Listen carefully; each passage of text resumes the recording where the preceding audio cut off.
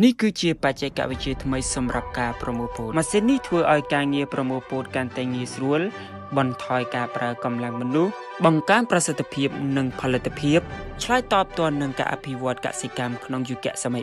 4.0 ហើយនេះគឺជាបច្ចេកវិទ្យាថ្មីសម្រាប់កសិកម្មបន្លែវាជាឧបករណ៍បច្ចេកវិទ្យាថ្មីដែលជួយកសិករបន្ថយការប្រើប្រាស់កម្លាំងមនុស្សបង្កើនល្បឿនក្នុងការដកនិងធានាគុណភាពស្មើគ្នាម៉ាស៊ីននេះអាចជួយមនុស្សបានដូចជា